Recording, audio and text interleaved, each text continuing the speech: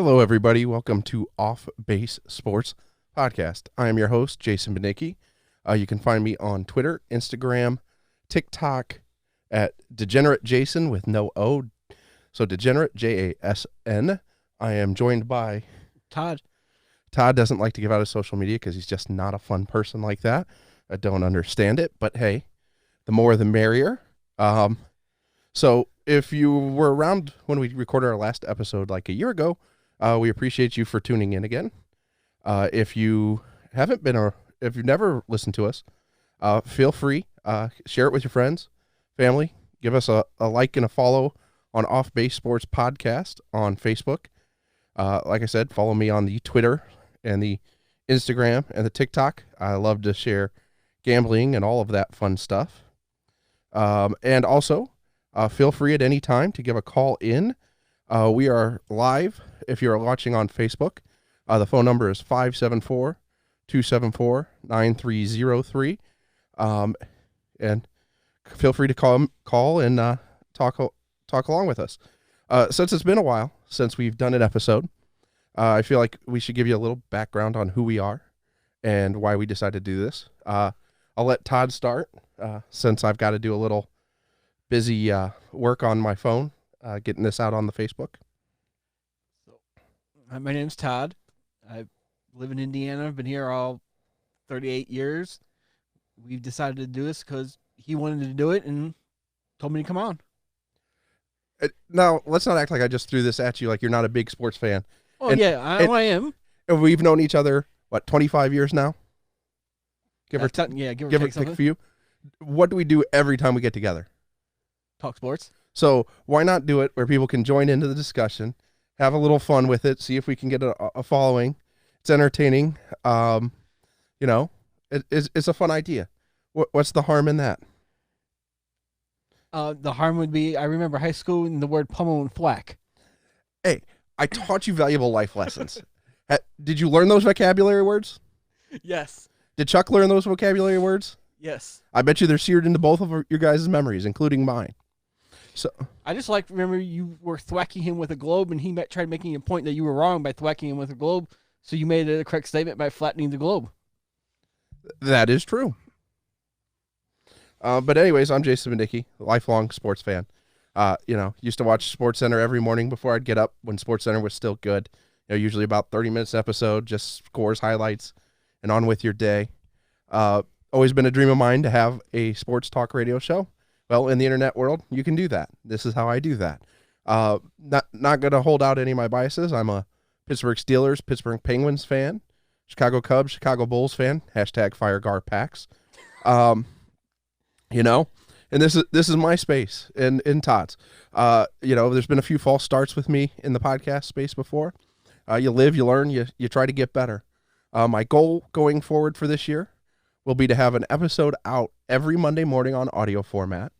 And then for the live stream, it'll be at least 2 Sundays a month, depending on my work schedule, maybe more. And on the weeks where I can't do it on a Sunday evening, then I'll do a solo episode on a Thursday afternoon. And that will be the program. Let's all make this more fun, more interactive. You can join along and be a part of the conversation. And we're going to start with our very first topic. Since this is the kicking off of a brand new decade, will be our top 10 sports moments and our own personal opinions of the past decade. I'm going to let Todd lead off because I think our lists are going to be pretty different. Okay, we start with number 10? Correct. No, we're going to start with number 1 and leave nothing entertaining left for the very end. So yes, number 1. NBA load management. I hate that fucking shit. You get paid $20, $30 million, play 82 fucking games of basketball, you assholes. Don't have much of an issue with that one. So my number 10, though, is going to be American Pharoah winning the Triple Crown. First off, kind of a huge moment in American sports. I think it's hard to argue with that. But I think the other perk to that is it allowed me to stop caring about horse racing ever again. I saw this great accomplishment once in my lifetime. It was amazing. It was impressive to see an animal do that. And now I am over it. So let's go forward with that and see what the future holds. Had no problem with that. Really didn't care if I seen it, didn't see it. It made it fun every year. Are they going to somebody hit the Triple Crown? Now, I mean, with sports betting now, that might be a little more fun. But yep, I thought that was it for me in horse racing. Number 9, Todd. I just love this one. University of North Carolina not getting in trouble for allowing football players and basketball players to take a class that never existed because it was also offered to non-athletes. Love that. Yeah, I mean, that is the most NCAA thing ever. We're going to, punish all these other student athletes for having tutors help them write papers, anything else, but which is, perfectly happens to every other regular day students as well. But because it's a blue blood in North Carolina, suddenly it's not an issue. And I forgot to comment on your number 10. Load management doesn't bother me. I think that goes to the bigger discussion of, does the NBA season even need to be 82 games? I don't think it does. Well, it bothers me because if I want to buy a ticket and I want to go with Bulls versus the Lakers, I want to make sure the people I pay to see are going to play. I don't want to watch LeBron James and Anthony Davis sitting on the fucking sidelines. No, I get that. And it should definitely be a home field thing where they're doing it. But what are you going to do? It happens. It's part of the game. It's a legitimate strategy going forward. So you should be fined $500,000. I think there should be a penalty if you do it on the road. If you do it at home, I mean, you still face the same issue where somebody could have traveled to come see that place, because I traveled to see plenty of baseball stadiums. But all in all, I don't think it's a huge deal. My number 9, University of Maryland Boston College University of Maryland Baltimore City becomes the first 16 seed to win an NCAA tournament game against Virginia. Yep. Loved it. I mean, it's one of those iconic moments that everybody's like, oh, wait, what happened here? This is completely brand new. How did this happen? And how many brackets did it break when Virginia went down? I have absolutely no clue. And hopefully things are rolling right along for them, and there's no issue with that. It was amazing moment. Can't say that the decade would have been the same without it. You're number 8, Todd. Number 8, the Dallas Mavericks beating the Miami Heat in the NBA Finals. Loved it. That's when we saw that King James wasn't quite King James, when 5'5" JJ Barea was taking him in the post. It's like, okay, we've seen all we need to see. The MJ GOAT conversations end there for me. That would have never in a million years happened to Michael Jordan. No, he would have scored 40 points and then turned around and talked trash to the 5'5" guy. Right. He'd be like, is this how you disrespected me? Really? Come on now. But anyways, I think that was a good one. For me, number 8 was Butler's back-to-back NCAA title game appearances. I think it was, pretty cool to see a small school like that be able to compete. Now, obviously, they had probably the best coach in college basketball at the time, who's now one of the best coaches in the NBA. So I think you got to see a unique basketball mind. And obviously, Gordon Hayward was a very good player, but they even did it a year without Gordon Hayward. Yeah. Which made it, kind of validated it that it just wasn't a player, or it was, part of the system, part of the coach, part of the team buying in. It was a pretty neat moment, all in all. I'm in agreement there. I love seeing that. From Indiana, made it even better. Butler. Yep. So what's your number 7, Todd? Lance Armstrong being stripped of all his accomplishments. I didn't care about that. To me, first off, it was much to do about nothing, given that, everybody else he was competing against was also on steroids. No biggie to me there. So I thought it was, just a way to shame the American, and which the French had wanted for so long. So they kind of got what they wanted, and they got to win there. I was just tired of all the cheating in baseball and that just seemed kind of, it still goes on somewhat, but it seemed to have cleaned up a lot since then. Nobody wanted to be disgraced as that person now anymore. No, I definitely think it cleaned up the Tour de France. I think everybody kind of got they got their head straight around. Okay, this may have been the norm, but none of us want to be that guy going forward. Right. My number 7 is the Penguins win back-to-back Stanley Cups, becoming the first and so far only team to do that in the salary cap era in hockey.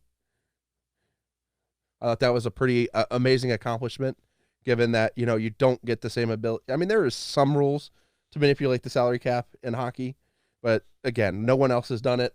since or before makes a pretty accomplishment. I mean, it's relatively recent, but still. I want to fact check. Was the Blackhawks a year in between? Yeah, they always Okay. had a year between, so Okay. they didn't have one. Your number 6. Donald Sterling being forced to sell the Clippers to Steve Ballmer. Man, you did pick a pretty negative list, didn't you? It gets better as we go, but from that, I don't think this is a negative one. To me, I take it as a positive. It has now made the Clippers a relevant team. Under Sterling, he was going to keep taking the money and not spending it and being an ass with it. No, I get it. I definitely understand where you're at there. So I fully support that. I think it was definitely a watershed moment for the NBA, and definitely made the Clippers relevant again, having an owner who actually cares and actually invests in the team. My number 6, though, is Armando Galarraga's perfect game that wasn't. Ooh. And the class with which he handled that. Okay, I'll take that. That part. Okay, I was going to say you accused me of being negative. No, I mean, I think first off, most people in professional sports come unglued when they have a moment like that. You know, when they have a call go against them, and instead he just got back on the mound and had the first, what I will call 28 out perfect game, because he still had a 28 out perfect game. He went out, got the very next out, ended the game, and I know this history will not show it. It'll show a hit. It was not a hit. We all know what we saw. You know, Elias Sports Bureau should have went back and corrected it, like they do so many things after the fact. I put that one in the same where I have the Kerrywood 20K game. That was not a hit. That was an error on our shortstop. I'll give him the hit. I'm not going back and changing that history.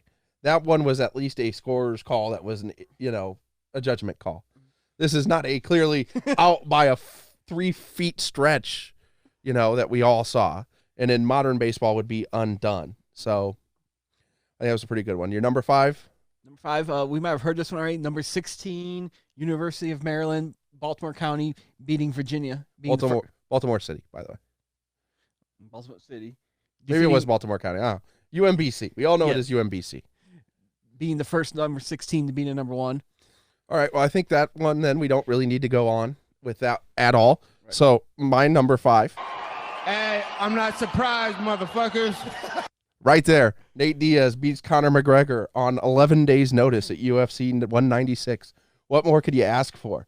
He called for the fight in probably what I will call the most epic post-fight call-out, right up there with Chael Sonnen's Anderson Silva. You absolutely suck, and it's my fault I don't have it on my soundboard for you to hear it in all of its perfection. But I think when you make that call-out, you take that fight on 11 days' notice. You were on vacation in Cabo when you get the call, and you come in and you step up and deliver the performance of a lifetime, the moment of a lifetime, and really helped propel the UFC to the next level. Not that Conor McGregor wasn't already doing good things, but with Ronda Rousey going away, you kind of had Conor by himself. He needed that foil, like Anderson Silva had his foil. Right. Like, in Chael Sonnen, like George St. Pierre had Nick Diaz, or Johnny Hendricks, depending on your preference. But you got to always have that foil. And for Conor McGregor, it was Nate Diaz, and it helped launch the UFC into another stratosphere. And Conor McGregor losing his damn mind. Well, that had to do more with the Floyd fight and having way too much money in no sense. But number 4 for you. Miguel Cabrera wins the Triple Crown in baseball. 20 years ago, I think that would have been a bigger deal to me. I think knowing how hollow some of those stats can ring now, it has diminished its value. I still take it because I don't believe he's a steroid guy. He looks too fat, out of shape to be a steroid guy. He reminds me of back when you see the pictures of Babe Ruth eating a hot dog, smoking a goddamn cigar, and having a beer. I could see Miguel being that person and still hitting the Triple Crown. No, I would agree with you there that there's definitely, no tainted to his Triple Crown, and it is an impressive accomplishment. I don't mean to diminish what he accomplished. However, it's not the same accomplishment it once was, and that should be something that's looked at. It's not like it propelled the team to a World Series or launched anything new. It was, great, but we know that RBIs aren't the end-all, be-all, that batting average is not the end-all, be-all. This isn't 1985. This isn't 1955. So, it's an accomplishment, but I think I'm still more impressed by what Mike Trout was able to accomplish consistently on a terrible team over the last decade. My number 4, Junior winning the 2014 Daytona 500. He had been in such a rut there for a while, but somehow at Daytona in the 500 he kept coming close. He had already won one in 2004, but like for the 4 Daytona 500s before this, he finished second, third, second.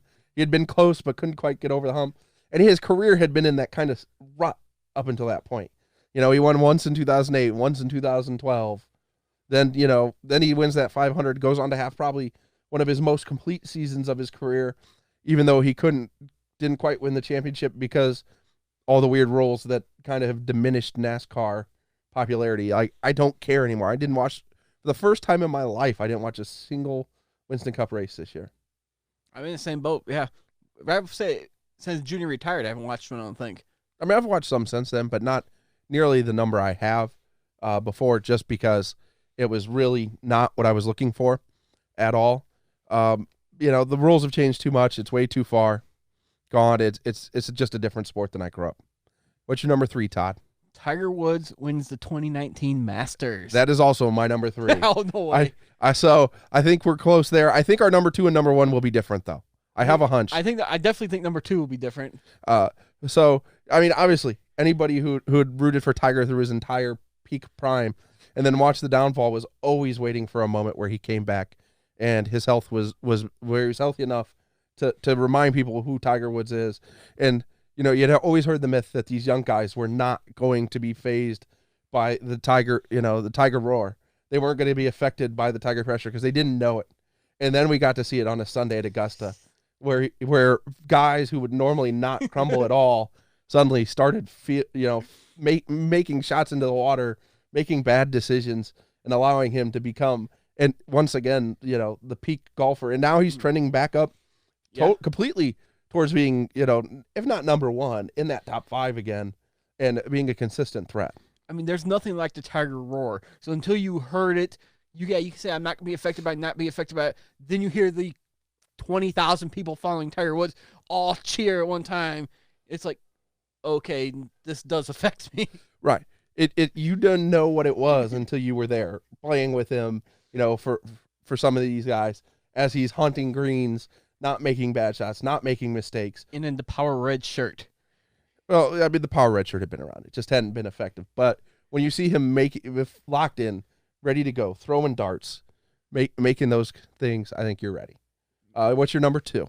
Kawhi Leonard last 3 seasons. I just love the Kawhi Leonard ultimate story there. I mean, I think it's hard to tell the story of the NBA at the end of the decade without it. Him getting hurt and sitting out a season with the Spurs, him getting traded to Toronto for basically nothing. Late first round pick and a guy who was a late first round pick. For a guy who's probably the second best player in the NBA right now and carried Toronto to a championship. Mm-hmm. So I think there's an interesting case for that. My number 2, 2016 World Series champion Chicago Cubs. 108-year curse ended. Lifelong Cubs fan. It's kind of a culmination of a lot of pain, a lot of agony, and probably one of the top 5 happiest moments of my life. You sitting there like me, like, okay, how the hell are we going to screw this up again? Well, and then we started giving up runs late in the game, pulling pitchers early when they're on a roll. Yeah. Every minute of that was like, okay, what the heck is going on? Are we really going to blow this? Are we going to mess this up? Yes, that's what I expected. And then when you see Bryant get the ball and his foot starts to slide, I go, oh, it's going into the stands. And I'm going to guess your number. That's was your number 1. My number 1 is the spread of legalized sports gambling. Now, I know it happened late in the 2018, 2019, but I think it's going to drive so much of the conversation around sports going forward that it's going to be hard to remember sports without legalized sports gambling. It's going to drive, increased viewership to sports. It's going to drive increased interest, and it's not going to be the guy betting $10,000 or $20,000. It's going to be the guy betting $5 or $10 that's going to really push the sport forward. I mean, I agree. I can see myself during baseball season with Javi Baez at bat. What's he going to be betting on bat by bat with him to see what he's going to do? All right. So there's my top 10, your top 10 sports moments of the decade. I do have one that should never be in anybody's top 10 for this, and that's the Floyd Mayweather Conor McGregor fight. if that was in your top 10, I want to tell you to go shoot yourself, but he's going to get mad at me, so just think of what you should do to your own self. Yeah, definitely don't encourage people to shoot themselves. Not a good idea. But, yeah, I don't think that belongs there. The decision shouldn't be there. I get it. It was a seminal sports moment, but for all the wrong reasons. So like I said, I think that's a good wrap-up of the decade that was. I think that'll transition us right into the weekend that was. We had a lot of really good, a lot of interesting wild card games. So, which one was your favorite so far out of the four? My favorite of the four would be the one, the very first one probably, the Bills and the Texans. I still wanted to see the Bills win, and you could just see either Buffalo doesn't trust Josh Allen or Josh Allen just crumbled. And I'm not actually sure which one it was. All right, and I apologize to anybody that was watching our live stream. We had a little internet issues there, which is really surprising given the fact that I'm on a Ethernet cable right to my router. Shouldn't happen, but technology is what technology is. No, I think that Bills game was interesting. Sets up a crazy moment going forward. I think Deshaun Watson got hot late, and that was great. Made for an entertaining game. Got me my cover because I had the Texans -2.5, and I had the under. So I appreciate them not scoring a touchdown. But to me, it should never have had a chance for Watson to get there because Buffalo should have allowed Allen, instead of kicking field goal after field goal after field goal after field goal, at least some of those needed to be touchdowns. And he did not trust him, or Josh Allen just couldn't provide it. I don't know which one it was. No, I fully understand what you're saying there. But a lot of coaches will play that conservatively when they have, a quarterback in his first playoff appearance. They're always a little careful with that. I would say my favorite was today, Seahawks versus Eagles. Nothing like a beast mode touchdown to get you in the mood for some football. I don't know about the rest of you, but beast mode is clearly one of the best human beings in the world. He's definitely my most entertaining human at being a human. This guy was, 3 weeks ago, out in Oakland serving tequila shots. Now he's getting essentially game-clinching touchdowns in a playoff game. Serving and drinking. Don't forget the drinking. I'm not here to vice shame anybody. I'm not vice shaming. I just want to make sure he just wasn't just serving. He was also partaking. Hey, not my job to tell him what he can and can't have. So that was definitely my favorite. I mean, obviously, Carson Wentz not playing essentially in another playoff game is becoming a huge storyline for the Eagles and their investment in him. $132 million investment. It is what it is. I mean, 40-year-old Josh McCown looked good. Makes you wonder what Carson Wentz could have done, but he wasn't doing anything before then. So it's not like he was on the path to winning that game either. Hey, if I have a question, if anybody wants to call or put it into a comment or something, does Peterson trust Wentz? Because me and Jason were talking during the game, it looked like there was a whole different playbook and a whole lot more confidence in Josh McCown when he walked in the field than what was going on when Wentz was on the field. Positive is now made the Clippers. Oops. Sterling, he was going to keep taking the money. I'm sorry, I'm trying to comment and on the page to give you guys remember sports without the phone number to call us. It's 574-274-9303. I apologize for the double audio of us, particularly to those listening. However, got a dry throat here. I might have to let Todd take over for a minute while I go get some water. But I also enjoyed watching what might be the end of the Brady Belichick dynasty. I apologize there, guys.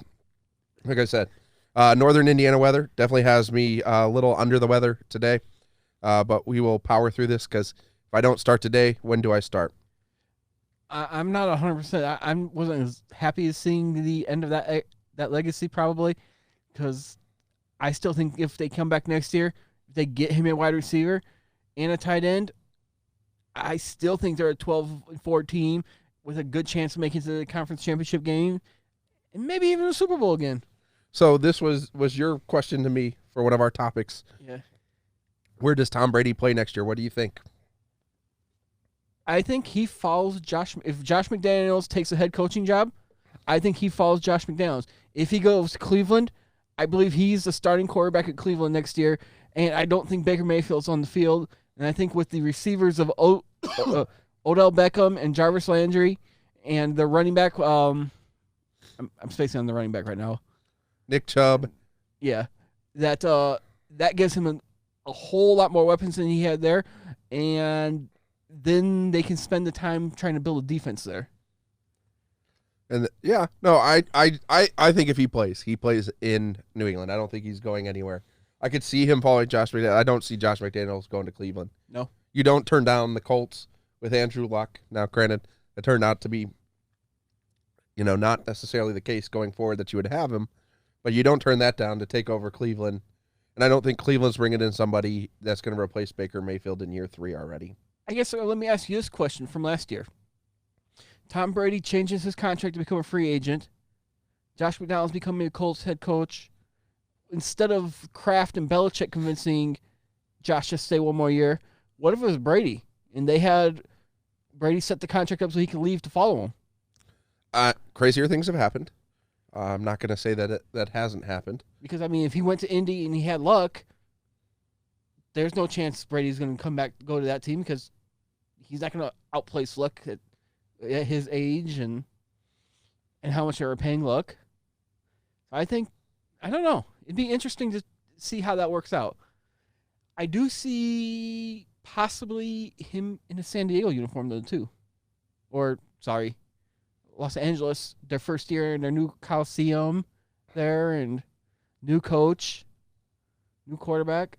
He just doesn't have a lot of weapons there outside of Keenan Allen. That kind of worries me, but...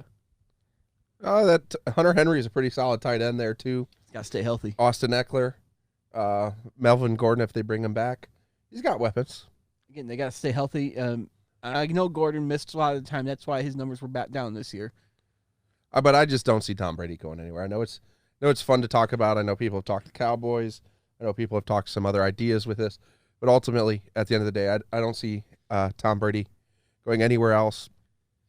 Do you see if put an ultimatum, what does Kraft pick? If Tom Brady wants to come back and play, Belichick doesn't want him. What does Kraft do? Belichick wanted to keep Jimmy Garoppolo, too, who won that power struggle. Okay. But do you think Belichick leaves and resigns? I don't think so. I think they're a tandem until they're both done. And I think when they're both done, they might, when Brady's done, I think Belichick might be done. Although there's a chance that Belichick stays on. Belichick wants 43 wins. I don't think Brady's playing another 5 years. He wants to beat Shula's number. He has a goal of 43. That's his number right now. Hey, the Giants gig is open. He could go back to where it all his success started with Bill Parcells. He could, but I don't see that one happening. Hey. Again, I think he stays. New England's got a good team. The defense is good. Brady's still there right now. He has to give him more weapons. No, I don't know if that includes talking Gronk to come back and getting one wide receiver or something. Why are people obsessed with Gronk coming back? Because he's still young. That's why. And he never closed the door saying, I'm completely done. He's not really done anything outside of that. I know he's kept all his money, and he has all his money still. And he lost like 50 pounds. He's not the Gronk that anybody remembers. I think he was just tired of surgery after surgery, after beating. He won Super Bowls. He's accomplished everything he needs to go down as the greatest tight end to ever play the game. Let me ask you this. Do you think Andrew Luck has come back after the 1 year? Guys, he got healthy. I doubt it. Okay. I think he's done as well. But again, anybody out there listening, feel free call in with your opinions. 574-274-9303. We'd love to have some more voices on this. Except Antonio Brown. I don't want to hear from Antonio Brown. Oh, no. If Antonio Brown wants to call in, please. That'll make our rating spike through the roof.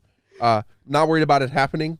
Don't see it occurring. But he's going down the YouTube wormhole. He might see his name pop up somewhere and say, that's it. I'm calling.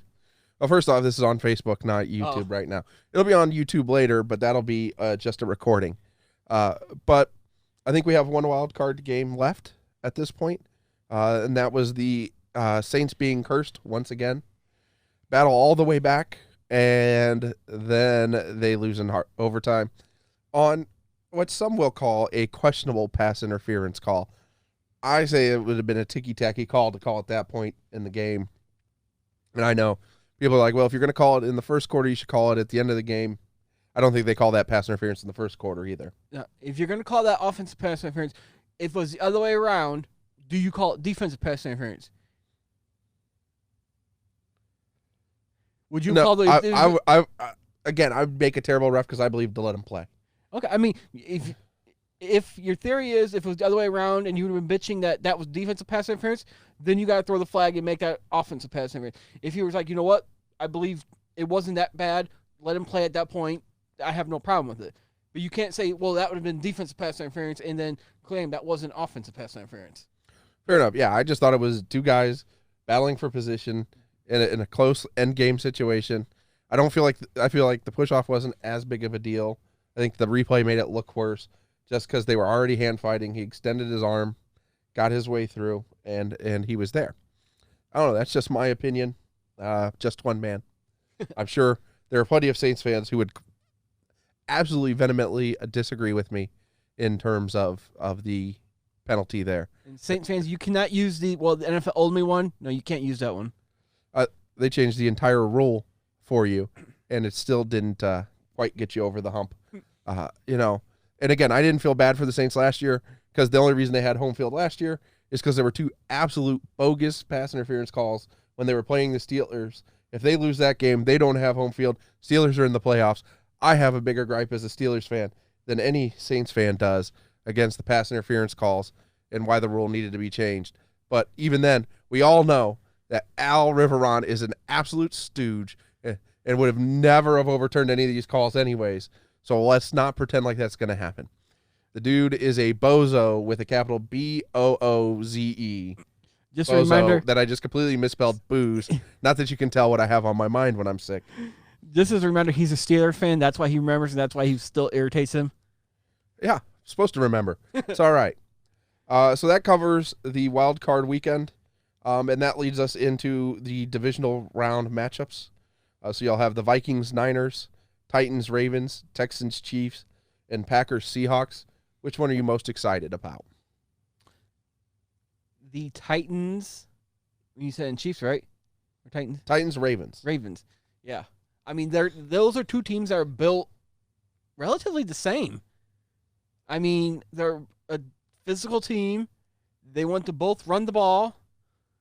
You might end up with a 10-7 game, but it would still be an exciting game. Oh, I am 100% betting the under if it's anything like over 36 points. If the over-under is over 36, I'm taking the under. Mainly because both of those teams can take the air out of the ball, have those 5, 6, 7, 8-minute drives that absolutely kill clocks, grind you down to a halt, and then just wear you out.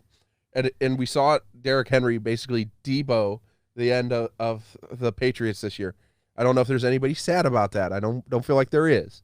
Like even Patriots fans are like, yeah, you know what? I guess we needed a year off to recharge. No. People in Boston did not think that at all. They're upset, and they're probably at this point, if anybody's from Boston listening to you, cussing you out left and right. Oh, fair enough. The massholes will be massholes after all. What are you gonna do? But I do have mine. Probably is still Packers Seahawks, just because the Seahawks are one boneheaded delay of game away from probably having home field and not having even had to play this week. But they looked good again. The defense looked really good. Marshawn in short yardage and goal line situations looks like Marshawn. Russell Wilson continues to do Russell Wilson things, which is run around and make plays way off script that just do it just enough to win the game. Of their 5 losses, weren't the majority of them from home? So they have the road advantage. I mean, they lost quite a few at home this year. I don't know if it was 3 or 4, but they lost quite a few at home, and they play a lot better on the road for whatever reason. Not sure why. Especially when they have to cross from west to east in time zones. I honestly don't know what their record was this year. Typically they've been better at home than on the road. Nope, they were 4-4 at home this year. Right. So they were 7-1 on the road. Strange thing from the Seahawks. I know. Team that you historically have thought of as one of the better on the at home teams. So maybe it was better for them not to have home playoffs games, because if they had 2 of them, one was going to lead to a loss. I mean, that's a little crazy to apply statistics like that. It doesn't quite work that way. There's this thing called lies, damn lies, and statistics. That would have been one of them. What you've done in the past doesn't necessarily in sports predict your future, even though that's how a lot of players get paid. It's how GMs and coaches get rewarded. What you've done before doesn't mean you're going to do it again in the future. That's for sure. Also, it's how they get fired, too. Well, typically they get fired off of what they just did, though. And if you're a Browns coach, you just get fired every year. Like I don't even begin to know what it's like to be a fan of the team that is also known as the mistake by the lake. So I guess if they would call you and ask you, Jason, you want to be their GM and we'll offer you a 3-year contract, how long would you expect to be there? I would expect to be there exactly 1 year, but I would get paid for 3 anyways, and I would be okay with that. You want to offer me millions and millions of dollars to give you my absolutely no experience opinion on how to build an NFL franchise? More than happy to do it for a year. Can't be any worse than the people who've done it already. By the way, Cleveland, he would trade OBJ, Jarvis Landry, and Baker Mayfield the day he walked in on the job. That is not true. I would keep OBJ and Jarvis Landry. I might trade Nick Chubb and keep Kareem Hunt. I would make Kareem Hunt my feature back. Character issues in the past be the characters in the past. Not worried about that. Again, past performance, not indicative of future behavior. So I'm okay with that. But I would want to get me a quarterback who I think would be consistent enough to get us over the top. So, a guy like Jameis Winston, maybe. Well, he's consistent 30-30 guy. I mean, you have 30-30 guys in baseball. Now you have a 30-30 quarterback. This is by far the most impressive feat of this past regular season. There is no doubt about it. It was a sight to behold a guy have that much absurd confidence in himself in a contract year. To perform like that. So I got a question. We're talking quarterbacks right this minute. Cam Newton, where do you expect him to be next year? That's a good question. I can tell you, I'd love to see him in Lake Forest wearing some orange. Not a bad idea. Yeah. But I don't know. At the end of the day, I think that the Panthers may make the decision to keep him, seeing how bad their young quarterbacks played after that early hot start by Kyle Allen. I think it was a hot topic early on, and I think there's still some case to be made for moving on. But you were a competitive team for the most part when he was there. I just find it hard to say, hey, we're done with Cam Newton and we're not going on. But, we're going to go a whole new direction and essentially waste most of Christian McCaffrey's prime. Ooh, that's horrible. But, I mean, I think it also depends who they hire as a coach. I mean, if Cam Newton doesn't fit that system, are they flexible enough to make a system that Cam Newton fits in? Or, I say, are they just willing to buy Cam Newton? Again, really good question. I don't have the answer to that for you. But if it's me, I'm not. It's hard to find a guy who can do the things that Cam does. It's hard to find NFL caliber quarterbacks right now for most of these teams. As a Bears fan, you should know that. You have to watch Mitch Trubisky play every Sunday. But only 14 out of 16 games. This year. Next year might be all 16. Last year was 14-2. Yeah, but last year you made the playoffs until you got double doinked out. Wow. I mean, out. You really had to go there, didn't you? Had to. It was sitting up on a silver platter for me to just dunk it home. It was like Lob City days. Chris Paul put it up. I was Blake Griffin and just slammed it home. But yeah, so I don't know if any of you guys have a thought on where Cam Newton should play next year or might play. Feel free, call in 574-274-9303. Other than that, Derek Carr. Derek Carr. Is he in Oakland next year, or they got a new quarterback? I think picking in the middle of the first round, he might be back next year unless somebody falls that they don't expect to fall. Tua falls. I don't think Tua falls that far. I think teams have convinced themselves before they even have the medicals that Tua's going to bounce back, that he's going to be the franchise guy they need, and that they're ready to move forward with him. The latest mock draft I've seen has him going in that general area where Oakland's picking because Miami's taking the kid from Utah State. That was the first time I've ever seen that, but I was like, wow. I mean, I've seen that kid from Utah State move up into the first round. I haven't seen him move that far up. I don't think I'd be taking him there. That was that I'm going to sort my quote my source. That was CBS Sports. There's your source. First off, I think we always had this discussion every year of how bad mock drafts are and how bad these people are at picking out their, picking who's going to get picked. That's when we listened to Mel Kiper's. I mean, they're all pretty equally bad. Oh, okay. Let's just be honest. If somebody gets more than the first couple right and then 5 total, it's impressive. We struggle with it as we're making the picks when the draft is happening. I think the most either one of us got right was 13 in 1 year. Out of 32, that's not terrible, considering you have no inside information. But no, I think Tua goes still top 8. I think the Dolphins may still take him at, what is it, 5? 4, 5? 7. Oh, they fall all the way to 7? Yeah. Man, that was a terrible tank by the Dolphins. Sorry, man. I guess they still take for Tua because he's not going to be number 1 or 2. Yeah, I'm not. I still just. This is a guy who gets hurt a lot. Yeah. I'm not sure I'd want to tie my franchise future to him. I think I would rather take another year, develop, and then suck for Trevor Lawrence. Trevor Lawrence is going to play for the XFL. What are you talking about? Just one man's opinion, I guess. But no, I think Derek Carr stays in Oakland for another year. I just don't think there's any veteran options that appeal out there. John Gruden's definitely not touching Cam Newton. No. So I don't know who else would be available. Did you see the Death Star? That's the nickname now of the Vegas because it looks just like the Death Star. Oh, I'd seen it called a million things. Looks pretty awesome in my opinion. Doesn't look anything like the Death Stars. I don't know where that came from. But no, I'm excited for that. Can't wait to go out to a game in Vegas sometime. Not that I need to go out there to bet on sports anymore. Thank you, Indiana, for being quick onto that. Although, damn you, FanDuel, over the last 2 days for not being able to keep your servers up to take my bets. Could have taken so much of my money. Willing to take a sponsor for FanDuel, though. Oh, yeah, 100%. Fix your servers, then call me. I spent enough money on your site. Although I am 1-1 today, the Heat did cover for me. Although the Knicks somehow coming back against the Clippers. Not like it could. Didn't look good for me. But then I have John Morant, my cover machine, not doing so well right now, down by 7 early in the first. But Minnesota's absolutely drubbing Cleveland, so might come out to be an even wash.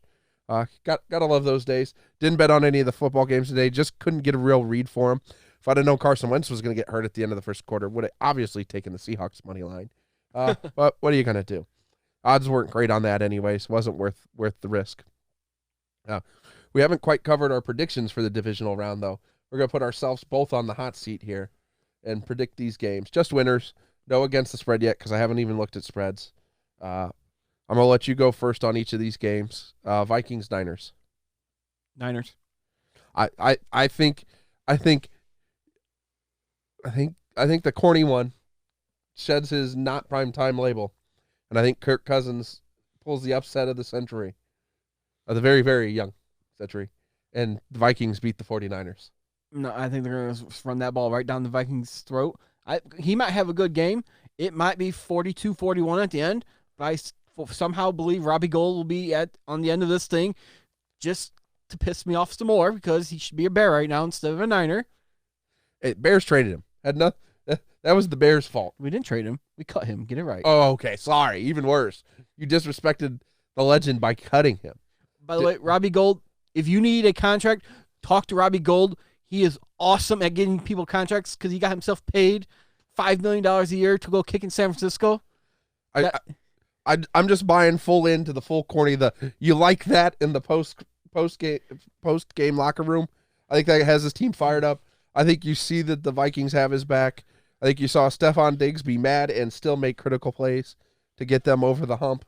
I think you seen him make a absolute dime of a throw to Adam Thielen to win the game and a spot-on corner loft pass to the Golden Domer for the win. Yeah, I just don't see Cook being able to run against the Niners defense, and it's going to be all in Cousins, and I see him coming up short again.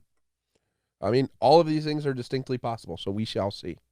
Next one up on the docket would be Titans-Ravens. Got to go with Lamar. Until somebody can show me they can actually stop that man this year, I'm going with them. I agree with you. As a Steelers fan, it pains me to no end to have to pick the Ravens to win a playoff game. Pains me. But how do you bet against the human joystick right now? This guy is circa Michael Vick on Madden level good in real football. True. I know you might disagree with this, but I'm going with Harbaugh's got to be the coach of the year. I mean, Tomlin is there. I do agree Tomlin has done way more with that team than he probably should have gotten, especially after losing 3 quarterbacks. But putting your ego aside, like Harbaugh had to do to go with Lamar, built an offense around him that Harbaugh's not the most outside-the-box thinker. His brother is. He's not. Hey, I will give him all credit, but it's a Coach of the Year award, not a legacy award. This has been a 2-year build for them. They put this offense in play last year. This is not new. This wasn't on the fly. This wasn't doing things different, and he didn't draft the quarterback. Correct. So let's be honest there. By the way, Bears, you don't need to give Ozzie Newsome a job, but just hire him as a consultant for the draft because he has not missed. I mean, he's missed. Well, Don't worry. I can name some misses for you. But we're not going to waste time with that because Ozzie Newsome, by and far, hit way more than he missed. And in the NFL draft, that's an impressive feat. Lamar Jackson was a absolute perfect send-off for, and he retired. I don't think he's coming back. I don't think he has any interest in doing I'm in agreement, but if any kind of wisdom. Have you seen my Bears draft picks? No, I've seen. You took Mitch Trubisky over Deshaun Watson and Pat Mahomes. Yeah. And you traded up. If that was the only one that you could point to, I would say, okay, that was one in a million, so we went with the wrong way. Well, then there's Kevin White and Roquan Smith. He just went crazy. He'll be back. He needs to stop putting his cars into lakes, into sides of walls, hitting things that aren't there. He's got a problem. Kid needs help. I'm not even 100% sure. I think the last one he hit the stadium. He needs help. He's clearly got problems. But still talented football player, maybe. But they passed on Edmonds. No, I get it. Trust me, there are plenty of misses for every team. Bears have more than their fair share. They're right up there with the Bulls at being bad at drafting. But we won't go down that road right now. Hey, can you stop hitting me and poking me with a knife? Texans, Chiefs. I'm going with the Texans. Wow. I want to hear why. I don't trust Andy Reid. Andy Reid is still Andy Reid, but last year, if D Ford is back like 6 centimeters, they go to a Super Bowl, and wouldn't be the first one Andy Reid has been to. I understand that he has his flaws, but I just think they're too talented, too fast, too healthy, and the better team. And that defense has been playing much better down the stretch than they started off the season. I think they will be a tough team to get out. I think they may very well be your Super Bowl team. And I absolutely am dreaming of a AFC championship game between the Ravens and the Chiefs just to see how high the over-under is so I can still bet the over because that scoreboard is going to go crazy in that game. That poor operator is going to be tired from just pressing buttons.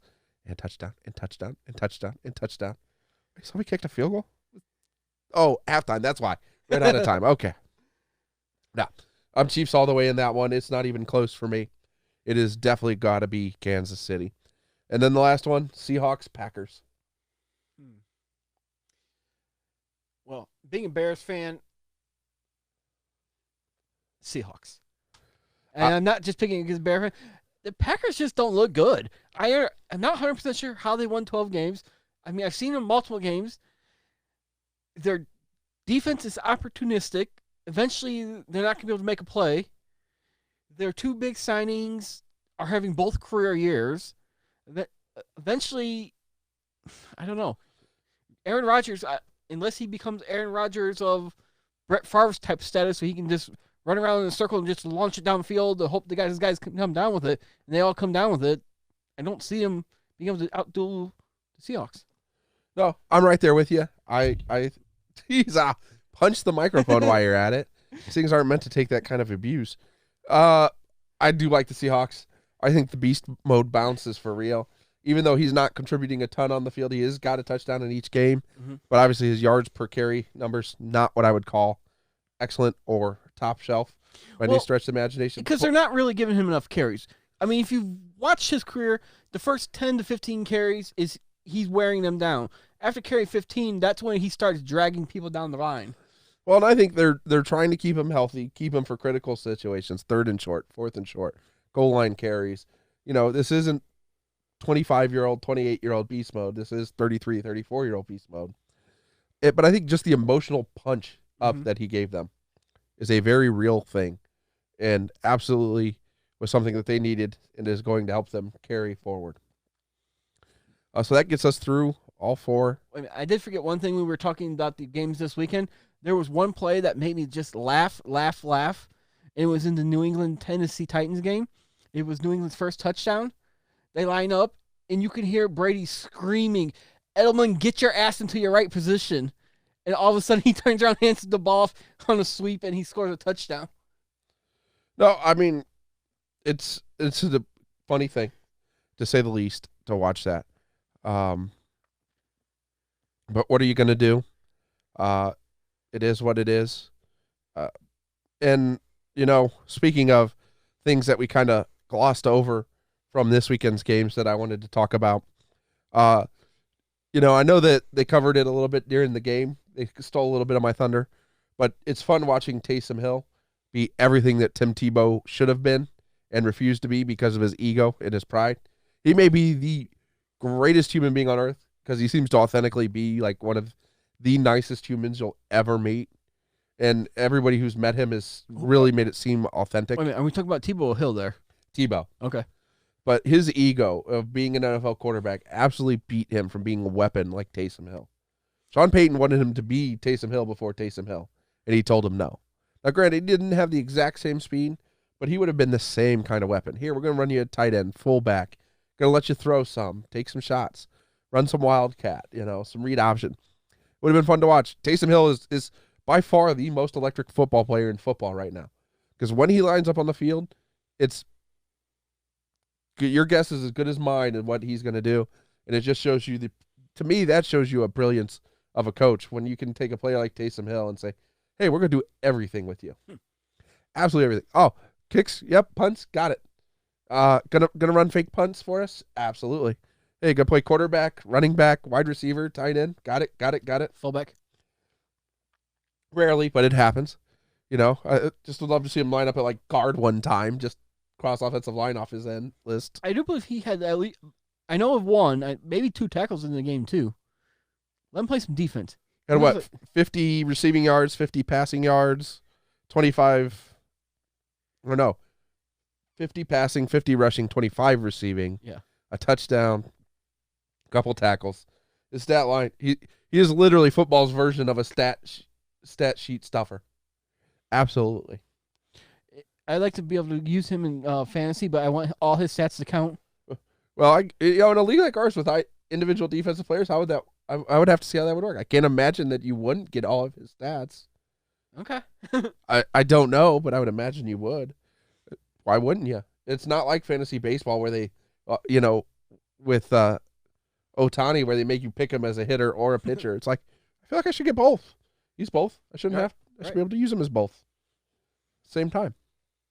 The other thing that we glossed over really quick was Mike Vrabel being absolutely Belichickian against Bill Belichick at the end of the game and taking penalty after penalty. Then the Patriots getting a penalty so that the clock could run down, take like almost 2 minutes off the clock before they had to punt. I think it was 1:43. The official stat was. I think it was actually like 90 seconds because after the first one, it's only 25. But still, really an impressive feat. Yeah. I just wanted to bloat it for exaggeration effect. But no, Todd has to be too factual there and take all the fun out of the air.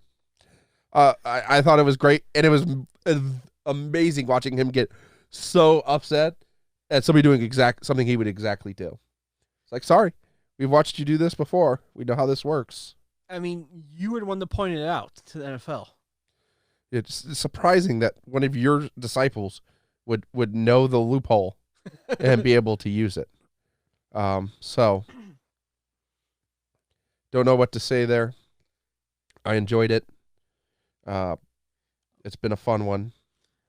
And I would like to say thank you, NFL, for getting the Buffalo Texans game at halftime, the kickoff correct.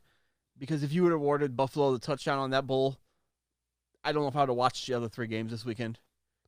Yeah, I mean, it's definitely one of those plays that just happens. And that's why we have replay, right? Or somebody coming out of the tunnel and saying, whoa, whoa, whoa. That was an NFL official from somewhere that was not a referee in the game that came out and made that call. And it was the right call, Yes. you know. So sometimes they get it right. But again, it had to not involve Al Riveron to happen. My hate for that man will know no bounds. And then I think the last NFL topic we have for today, NFL coaching searches. I think finally, long last, we have gotten confirmation for like the 16th time that Jason Garrett will not be the Cowboys head coach next year. He's going to be the GM. But boy, did Jerry Jones make the Cowboys fans sweat that one out. They had to sit there and listen and listen and listen to Jason Garrett, have an interview, another interview, another interview. Again, I think it was really the Cowboys. Jerry Jones really, really likes Jason Garrett. Was okay, do you want to coach again? If you want to coach again, move on. If you don't, we have a front office role for you as a special advisor. I think that was really it. But boy, did all my friends that are Cowboys fans really have to sweat that one out. Boy, were they worried. I'm going to cite my source here. I'm going to steal this from Skip Bayless. He has not fired him. He has not renewed a contract. He's doing these interviews with Mike McCarthy and Marvin Lewis, and he's going to come back and say, after doing all these extensive interviews, we decided to re-up Jason Garrett. Oh, that would be amazing if that happened. Because you're right. Technically, he did not fire him. His contract will expire on January 14th. He's just going to let it expire and not bring him back, is all of the reports. Do you have a favorite for the next Cowboys coach? No. I have no idea where that man's going to go, because unless he checks his ego, I see a lot of people turning him down. I'm still not 100% convinced that Jerry Jones is not standing on the sidelines himself next year coaching. I still think it'll be Matt Rule out of Baylor. I think it'll come out of left field and surprise a lot of people. But that is definitely my favorite for the Cowboys' next head coach. I know a lot of people are talking Urban Meyer. I don't see Urban Meyer standing up to NFL. I don't see Urban Meyer checking his ego. It's going to be Booger McFarland. Yeah, reports had the absolute worst color commentator in the history of football, which is saying a lot after 1 year of Jason Witten just moving out of the Monday Night Football booth. Who are making those decisions, by the way? That Jason Witten and Booger McFarland got the job, and there are tons of entertaining guys out there. Hashtag McAfee for Monday Night Football. No. Bring back Cuddy. Bring back Cuddy. I just don't know if they could really just let him talk on a mic freely without having the censor button. I don't know. I think there are a lot of guys who would be much, much better. I don't know what CBS is paying Tony Romo, but you'd have to think ESPN could pay more, to get the best color guy in all of football on their show. Just one man's opinion, though, I guess. Yeah, I just want to see color. I just want to see him do it, because I watched his TV show with his wife, and his persona of I don't give a fuck on the football field is the persona he walks life with. Don't steal Jay Cutler from us for his long-lost calling as a reality TV star. He could still do that. I don't think the NFL Do you see Jay Cutler doing a lot of research during the week on the game he's calling? I don't. But I also don't feel like the NFL, ESPN would be a big fan of him being a reality TV star and a color commentator at the same time. Who owns the E Network? Which of the networks own that? It's definitely not Disney. Could be NBC. Could be AB or Fox. But it's not Disney, and Disney's who owns ESPN. I know, but he was hired by CBS last time as a studio analyst. And I can see him doing that role again. I'm talking about ESPN Monday Night Football. Booger McFarland has to go. If I go into football season having to listen to, hey, if you win this game, you advance to the next round of the playoffs, and acting like it's insightful, I might stop watching. That's all I can say. When you make me miss John Madden, who tells me here's a guy who puts in his contact lens, he sees better. Holy cow! And you make me miss that? You're bad at what you do. You know, if you score more points than the other team, you normally win. That's usually how it works. But moving on from the Dallas Texans, Cowboys. again, sorry, not feeling well. Northern Indiana weather really has me out of it. I apologize to all those watching live. But also feel free to call in with your thoughts on the head coaching search. I just have to ask this, knowing you're a Pittsburgh fan, the rumor of Dallas maybe offering two first-round picks for your head coach? They don't have 2 first-round picks. Also, my head coach is worth more than 2 first-round picks. He has never had a losing season in more than a decade. And he always got the thing, well, he had a franchise quarterback. This year he had a 4th-string quarterback and still didn't have a losing season. Duck, duck, duck, duck. Quack, quack, quack, quack. Glad he'll go back to his rightful role as a backup next year. 2nd, 3rd string doesn't really matter. He'll be a backup, and number 7 will be back there throwing bombs once again. Yeah, hopefully now he'll trust some of these receivers that he's seen James Washington perform, Deontay Johnson perform. I think he'll be more excited to have all 3 of his guys next year. If we could just get a tight end in like the 2nd or 3rd round, be ready to go. So you're 100% comfortable he's not going to have any issues with the arm? I've seen every pitcher come back from Tommy John throw harder. Can you imagine Ben Roethlisberger throwing harder? I'm just asking because that was one of the things that was brought up, and that nobody who ever played football came back from the surgery. Well, Tommy John does not tend to hang out in the huddles. He tends to hang out in dugouts.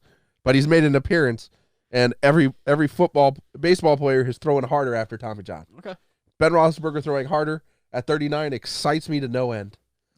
Also, the fact that he's basically outlasted as a productive NFL quarterback all of his draft peers does need to be an impressive footnote. You know, Eli Manning relegated to a backup. Philip Rivers. No, he's not a backup. He refuses the backup's role. He'll retire before being calling a backup. But that's what I'm saying. He was backup this year. He got benched last year. Philip Rivers playing like an absolute bum out there. True. I mean, are we still on the coaching? Because I got a question for you. Yeah, well, I was getting ready to move on to Cleveland, but yes. Well, I want to ask you about the Redskins' hire of a coach first. I like Riverboat Ron. He's probably perfect for Washington in that mess of an organization. Not going to probably get you a Super Bowl, but will probably get them to respectability, and then they can bring in a coach and get them over the top. Or in the case of Dan Snyder, hire somebody who will torpedo the whole operation. I mean, because he brought in Jack Del Rio to play his defensive coordinator too. Yeah. No, he's making good hires. Now he just needs to get a young offensive mind. Because if we know there's one thing Ron Rivera doesn't know, it's offense. Let's move on to Cleveland. RIP to another Cleveland head coach. Their head coaching tree is almost as long as their quarterback coaching, their quarterback tree. Well, I think I told you earlier in this podcast where I think the head coach is coming from. Mike McCarthy? No, I didn't pay attention at all. Josh McDaniels. No, not a chance. He's way too smart to take that job. Way too smart. There's 0.0% chance. You don't see him following the footsteps of Bill Belichick going to Cleveland first? And then, how'd that work out for Bill Belichick? Hey, if he wants to coach and Belichick doesn't want to retire yet, so how many more years is he going to sit behind him? Hey, he'd go take over the Giants with Danny Dimes. I think he'd enjoy that. No, I think it's Mike McCarthy. I think there's enough Packers people in that front office to have familiar ties. I know McCarthy's been in for interviews already in Carolina, but I think... Don't forget Dallas. Yeah, Dallas is not hiring Mike McCarthy. Carolina might because of the Steelers' ties to McCarthy's early career, but I think it's Cleveland. I think the front office has enough familiarity, enough comfort level with him. I think they're going to make... Which part of the front office? Doesn't that change on a yearly basis too? Not like the high end of the front office, like the line people that are in there that typically don't get changed out every year. Okay. Carolina Panthers. I have no clue who's going there. I mean, I'm sitting there thinking, I think this coaching hire is going to be out of left field. I have a fun one. I have a really fun one that almost nobody will see coming. Nobody's thinking of. It might be the perfect hire if they decide to keep Cam Newton or if they decide to move on. Okay. Marvin Lewis. Explain. I'm not seeing it right. Just explain. That man has never got the respect he deserves for what he accomplished in Cincinnati. I get it. He did not win a playoff game. But Cincinnati has by far the least amount of money spent on scouting to draft, advanced scouts for game day prep, the least amount of people in their front office. Mike Brown is notoriously the cheapest owner in all of football. Right. And he routinely made the playoffs. Took young quarterbacks, made them successful. Wow. Took undisciplined teams. And, look at Pac-Man Jones. He turned around his career down there. Still had a couple of moments, but for the most part, he became Adam Jones in Cincinnati. Wasn't that Burfitt's team? Hey, I said he didn't say he batted 1,000, did I? Okay, I mean, I have no problem with the defense, but you still have the issue with the offense. You bring in some young offensive coordinator to pair with him. I mean, they did try that 15 years in a row in Cincinnati. I mean, it just seems like he can never hit an offensive stride. I think you're forgetting some of the numbers Andy Dalton put up and Carson Palmer put up while he was there. Don't get me wrong, there were some bad years in there too. But I think he's just the kind of out of left field hire that may happen there. Because of the Pittsburgh Steelers ties of the owner. I think he may see somebody who's been that stable and successful as a coach as a home run hire instead of trying to hire the next hot young offensive coach who is, let's be honest, those guys had a mixed bag of success this year. I do have a question for you. There's one offensive coordinator I'd like to see what you think if he's going to happen to him. Greg Roman, Baltimore. You'd have to have I would line up to hire him, but I don't know if he wants to leave what he's got unless it's a really good situation. I mean, And I don't think any of these situations, sans the last one we're about to get to, are even remotely interesting situations. what coaching position am I missing? I thought we nailed them all. The Giants. Oh, I know we've glossed over some guys like Eric Bieniemy, Kevin Stefanski, things like that. But again, I really do think the Giants are going to end up talking Josh McDaniels into coming right down the road, taking the Penn State wonder at running back, drafting a wide receiver, getting their tight end healthy. They have Danny Dimes, who looked pretty good at times this year. You get him a good quarterback focused coach. I think the ceiling is as high there with the right coaching hire. But we'll see. You just never, ever, ever know. for whatever reason, I expect a defensive person to be their head coach there.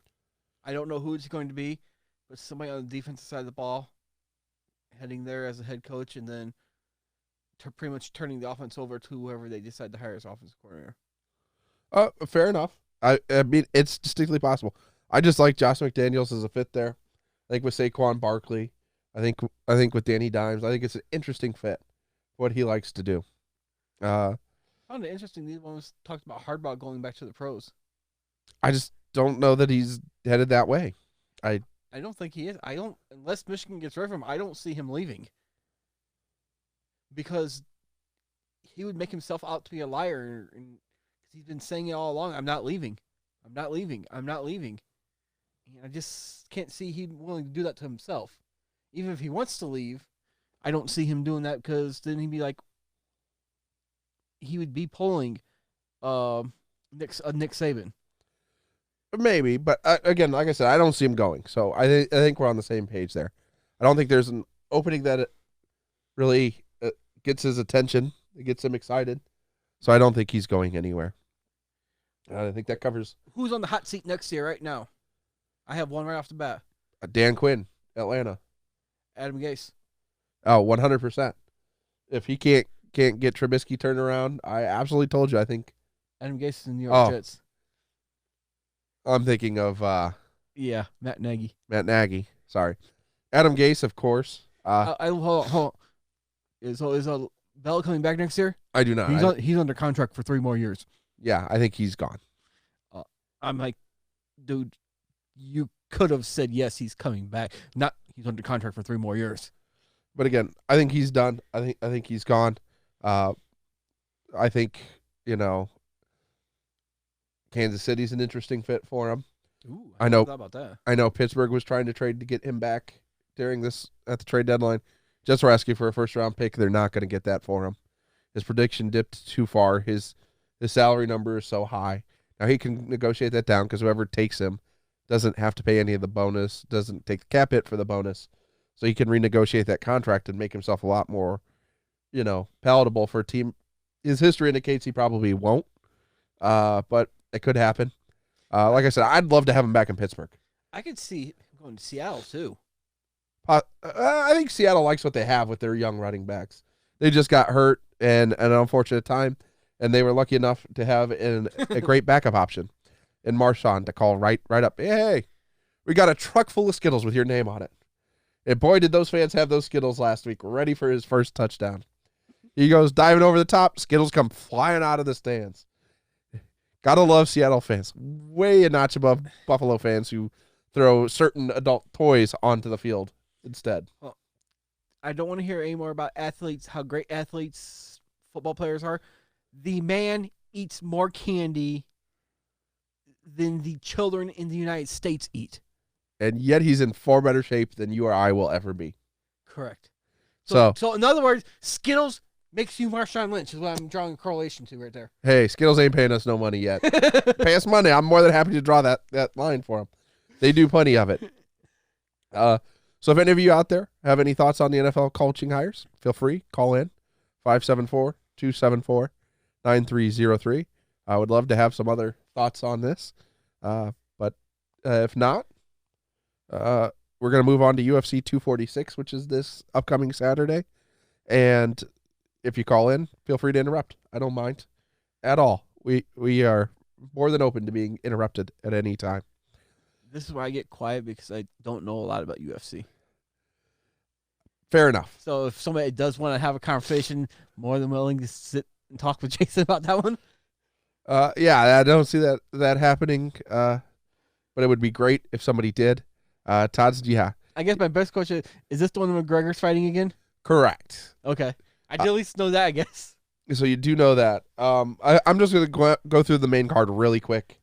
Again, without having a good back and forth here, this gets to be a little tough.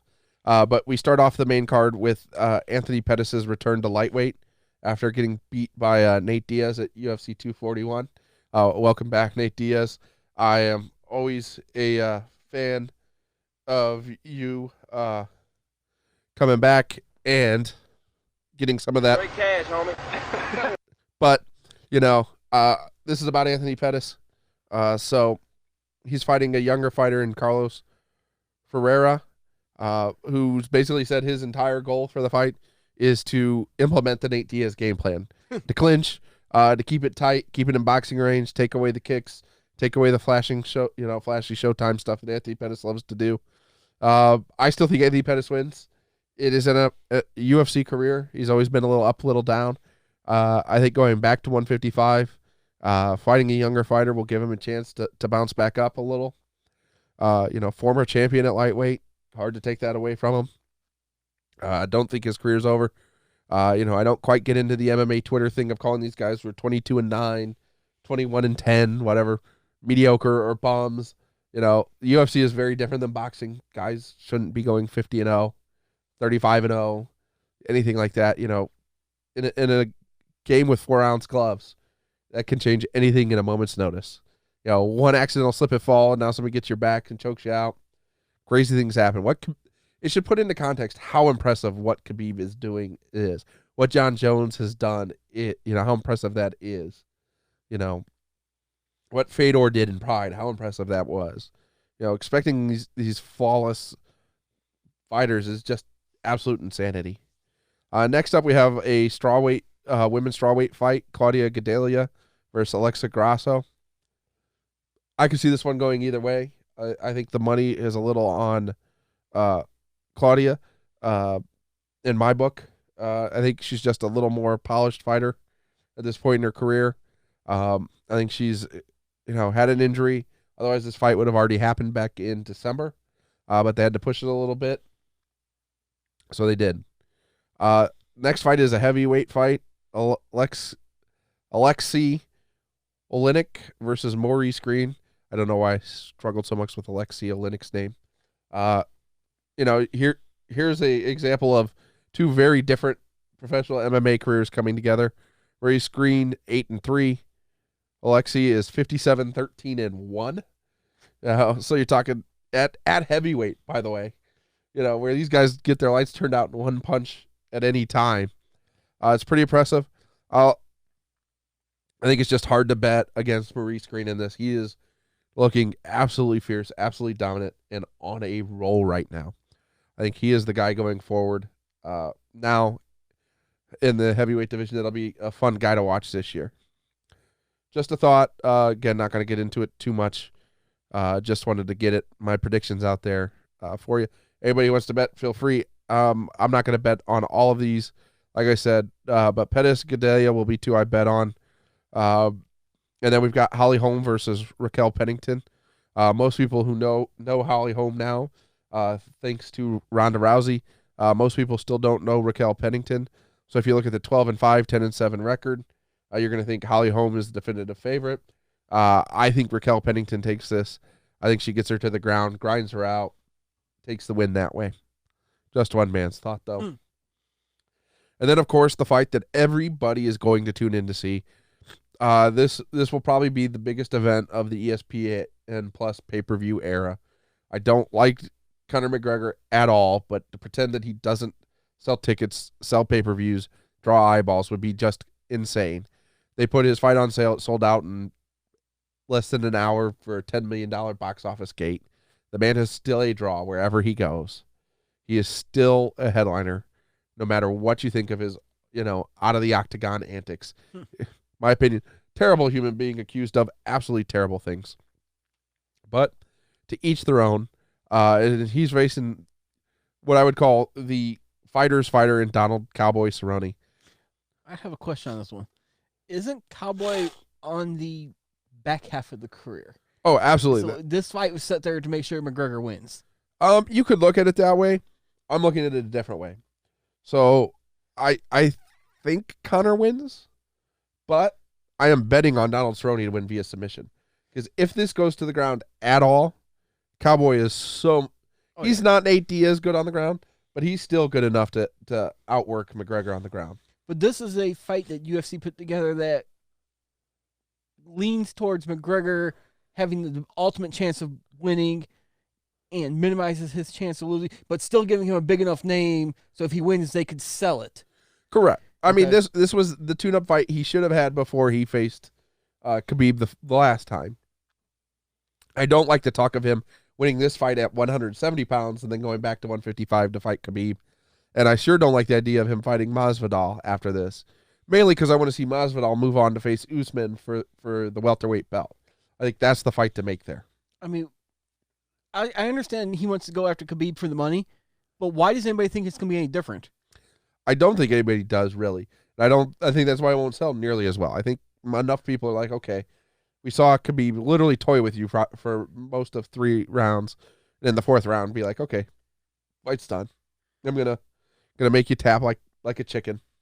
I mean, the man wrestles bears for fun. He does. Again, anybody out there have any thoughts on McGregor versus Cerrone? Feel free, call in 574-274-9303. I do have a follow-up question. What's McGregor's recovery if he loses? Nate Diaz trilogy. I think that is absolutely the next fight. Because that fight plays no matter when. So, I mean, Diaz would take that even if he's lost? Why not? They're going to make a ton of money. So Diaz wants fights that are fun. They're going to make him a ton of money. He knows Conor's not going to wrestle him into the ground. The one thing he's absolutely terrible at is defending takedowns and getting up off his back against wrestlers. Okay. And he knows he will get paid. And I think, Diaz proved he can draw in his own right between 241 and 244.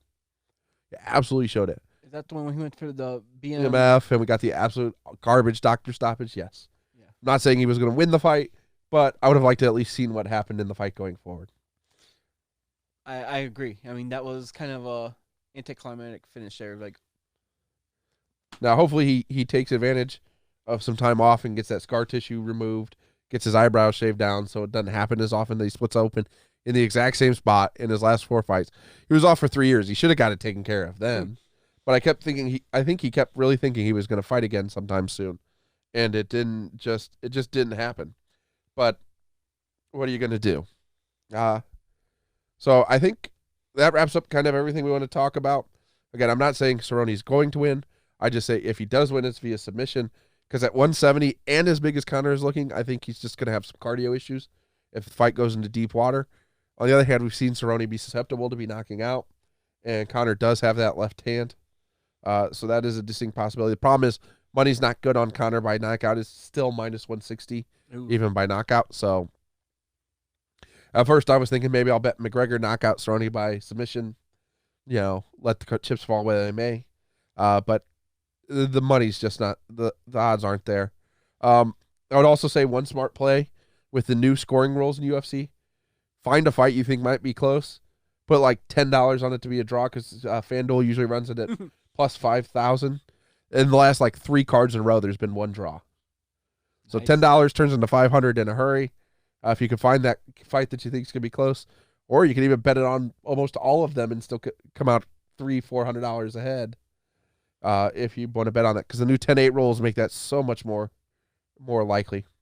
I think that's going to be it for this week. Like I said, a little under the weather. In the future, I'd like to go, right around this 20 hour 30 mark. We're a little short of that today. Getting all the new equipment set up took a little trick here and there. Took us a few things to learn, but I think we got through it. Hopefully here in a few minutes, I will get to take and test out the audio on Facebook Live to see how that went, because we're running it off the mixing board. So hopefully it came through clear. I definitely noticed that some people were watching and turning off. I'm going to guess a lot of that came from the Pat McAfee Show 2.0 fans Facebook group. All 10,000 plus of you cousins out there. Appreciate any of you who tuned in and listened. You guys keep my day-to-day interesting. There are others who also post their podcasts on there. I encourage any of you who do to post it there. We should all support each other in our creative endeavors. We need more Pat on TV too. I love what he does. I love what he does for the WWE. He doesn't seem like he get missed right now. He doesn't, but he also, if you watched any of his YouTube stuff, check it out, the Pat McAfee Show on YouTube.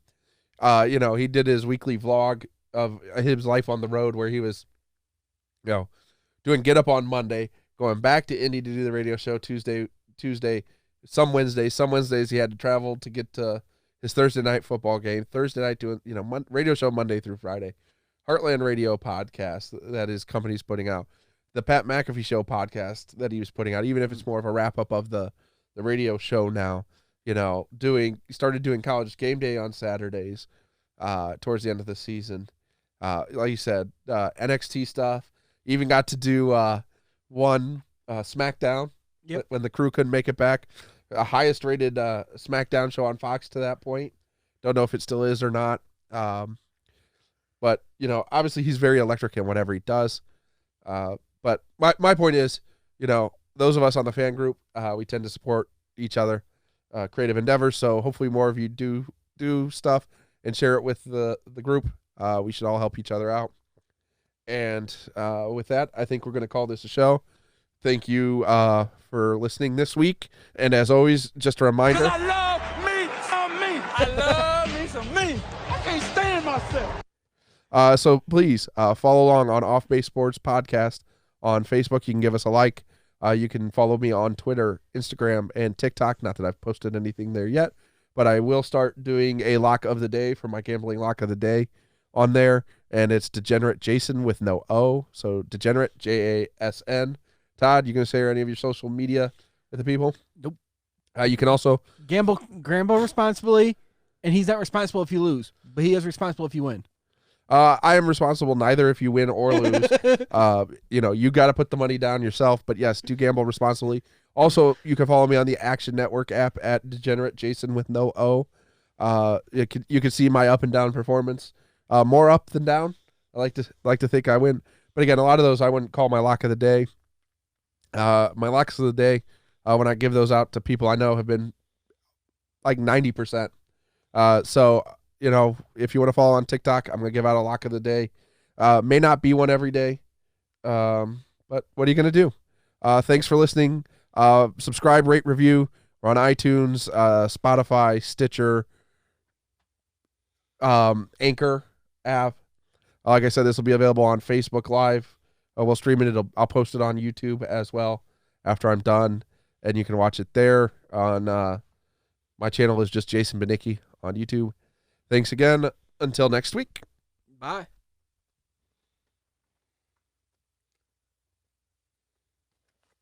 Is it off? Live stream stop.